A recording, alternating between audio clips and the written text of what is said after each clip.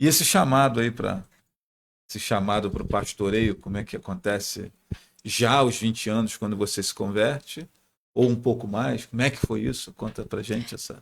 Então, quando eu me converti, eu era jovem, né? Gostava muito de bagunça, e depois Deus foi tratando em mim. E logo que eu me converti, em vez de eu caminhar com os jovens da igreja, o Senhor ele separou assim um monte de mulheres com mais idade, sabe, missionárias de outros municípios, e nós nos juntávamos e fazíamos a obra juntos. E ali Deus foi me preparando muito rápido. Eu falava, Senhor, eu sou uma jovem, mas o Senhor me chamou de uma maneira diferente. Eu não caminho com os jovens da minha igreja. Eu já, onde que eu vou, já caminho com um povo mais, né, mais firme na fé, um povo que já tem uma estrutura de ministério. Mulheres de oração, mulheres de campanha aqui, campanha ali, monte. E foi nesse meio que eu fui tratada, que eu fui gerada, né? E a minha igreja, o meu pastor, ele sempre foi lá de muito estudo, de muita palavra, né? E nós éramos realmente discipulados, nós éramos realmente consolidados ali. Então, eu fui gerada numa estrutura assim.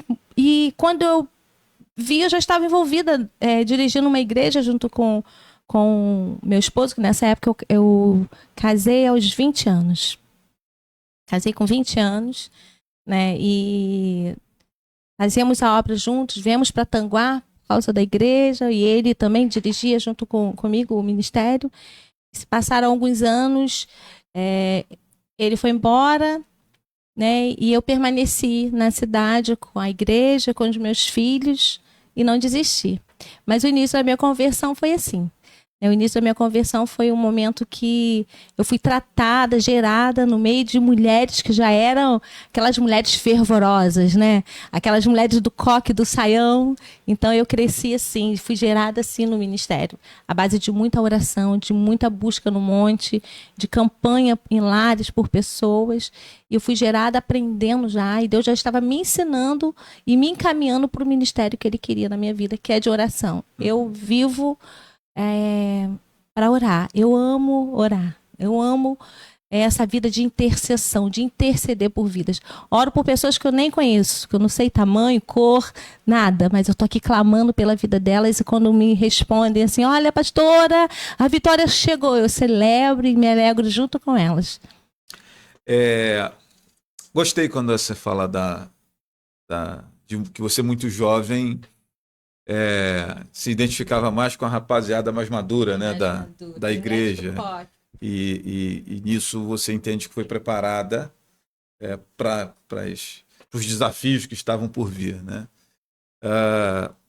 Eu queria que você fizesse uma reflexão sobre exatamente essa questão desse jovem que está dentro da igreja, mas que por vezes ele está meio que perdido, né? E quem está lá fora, na bagunçada lá, como você colocou, acaba tendo realmente uma mudança de estilo de vida, tem uma mudança de paradigma, né? Ele realmente se converte, né? E às vezes essa conversão, para quem já está dentro, precisa acontecer também, mas é um negócio mais complicado, que ele não está na bagunça, ele não está, né? Mas precisa de um verdadeiro encontro com Jesus, né? Eu gosto sempre de ilustrar contando a história do jovem rico que tem lá narrado no Novo Testamento, né? O jovem rico se aproxima de Jesus e pergunta: bom mestre, o que farei para herdar a vida eterna? E aí Jesus elenca algumas coisas, guardar os mandamentos, pererê, babá. E ele fala assim, mas eu faço tudo isso. Ou seja, ele era um jovem da igreja, era um sujeito que frequentava a sinagoga, ele era, né? E Jesus, mas peraí, mas tem um negócio que está faltando aí. E aquele sujeito era meio mesquinho, né? Meio pão duro, e quando Jesus falou em compartilhar o que ele tinha com aqueles que não tinham tanto ou que não tinham nada, ele acabou se entristecendo e saindo. Então, eu costumo sempre fazer uma reflexão de que esse jovem ele estava perdido dentro da igreja. E quando ele teve um encontro com Jesus, que ele aponta um problema a ser solucionado para que ele realmente conseguisse alcançar a vida eterna, ele teve dificuldade de administrar aquela mensagem que recebeu. Fala um pouco disso. A gente tem muito jovem hoje. É porque às vezes a gente pensa muito no jovem que está no É. mundo, né? E Então, esquece de ter uma lente especial para esse jovem que às vezes está na igreja, mas está perdido, está precisando de um chega para cá. porque Fala um pouco disso, pastora. ir ao templo não significa que você se Que existe considera o conversão, né? templo. Porque nós somos templo do Espírito Santo, né? Sim. E nós precisamos saber quem nós somos no Senhor. Porque quando nós sabemos, os jovens de hoje, eles precisam se encontrar verdadeiramente e entender quem eles são em Deus.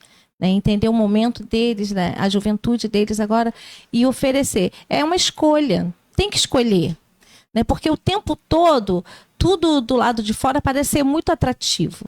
Né? E às vezes as pessoas confundem um pouco de dentro para fora, de trás para dentro, mas não, você precisa saber quem realmente você é. Porque quando nós sabemos quem nós somos, quando os jovens sabem quem eles são, eles não vão olhar para trás. Quando eu me converti, as minhas amigas falavam assim: ah, a igreja que você está indo é Pentecopo, daqui a pouco você está aqui fora bebendo com a gente. Eles não acreditavam na minha conversão. O que faz as pessoas acreditarem nessa conversão é realmente a sua escolha, o seu comportamento, o que você busca em Deus para poder exalar sobre as outras pessoas, né? Poder transbordar sobre a vida das outras pessoas. Porque até você realmente mostrar realmente para quem mostrar para que você está indo para a igreja, o que Deus tem feito na tua vida, não é com as suas palavras, é o seu comportamento, né? Precisa se comportar realmente como um servo. E os jovens de hoje eles precisam desse entendimento de saber quem eles são dentro da igreja. Para que eles estão ali? Qual é o propósito, o objetivo? Será que eles têm se permitido ser tratados? Né? Porque precisa querer. A palavra do Senhor diz, assim como pensa em seu coração, assim é. Né? Precisa pensar positivo. Precisa querer estar. Precisa pensar de uma maneira, de uma mente renovada, né? Que ele agora tem uma vida transformada no Senhor. Precisa sentir isso, viver isso. Porque senão qualquer vento que bater leva, derruba. Mas quando você sabe quem você é em Deus, você não vai desistir por causa de qualquer vento. Você vai permanecer, porque o Senhor ele te segura nas mãos e você confia e a tua fé te conduz.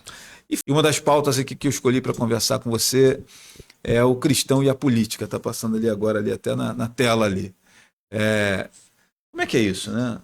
Fala um pouco. A política ainda é um ambiente onde as pessoas enxergam como um espaço onde não há honestidade, onde não há dignidade, onde não há seriedade com as coisas, etc. e tal, um ambiente muito materialista.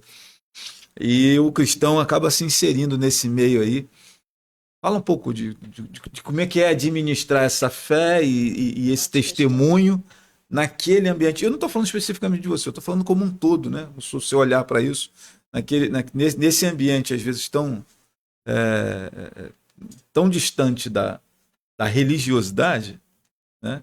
Como é que é estar ali, dar seu testemunho e contaminar pessoas com aquilo que é bom? Fala um pouco disso. Como é que é esse desafio aí?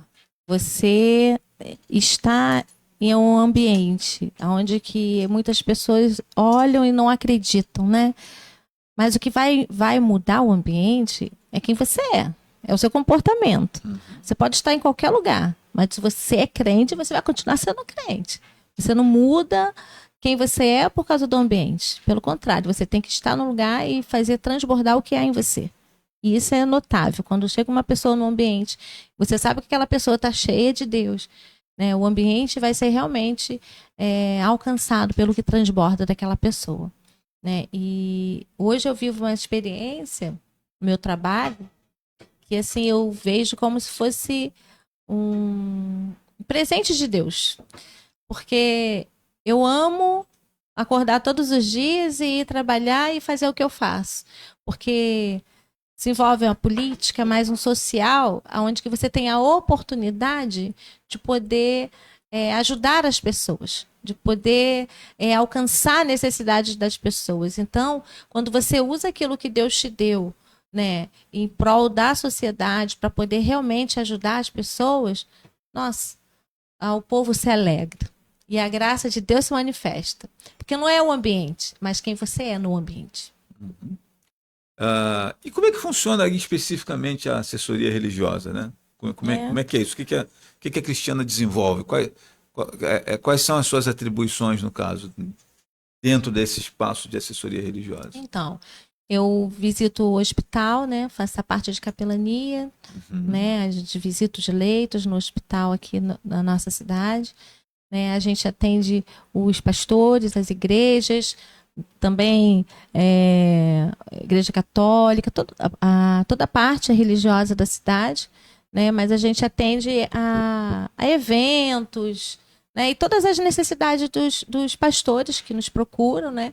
E a gente passa, né, para líder e vê o que é possível fazer, e tudo aquilo que cabe fazer, nós fazemos, né? E tem tantas outras coisas também, faço tanta coisa. Assim, tudo que a gente pode ajudar as igrejas na nossa cidade, a gente faz, né? E o nosso prefeito, ele faz isso com muito, muito, muito prazer. Nesses poucos dias mesmo, tivemos uma reunião junto com a diretoria da nossa cidade, né? E foi colocado algumas coisas ali, e assim, tudo que é possível ser feito, as igrejas são atendidas com muito carinho.